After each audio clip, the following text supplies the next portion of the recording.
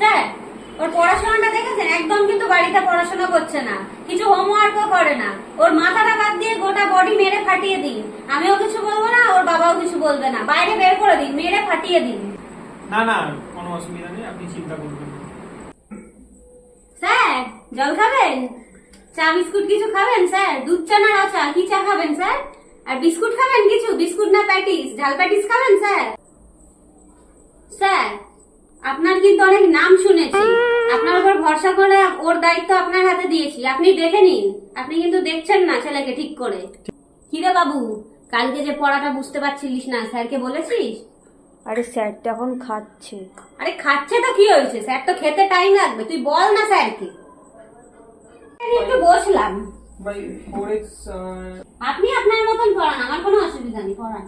8:5 এই আর তাহলে x is equal to hello, x is equal to হচ্ছে 6। আরে মাসি, বাবুকে পড়াতে এসছে, স্যারকে এই চা বিস্কুট দিলাম আর কি। 5:2। তুমি কেমন আছো? কবে আসবে গো আমাদের বাড়ি? আচ্ছা, আপনি যদি এখানে এইভাবে কথা বলতে থাকেন, আমি ওকে কিভাবে পড়াই বলুন তো?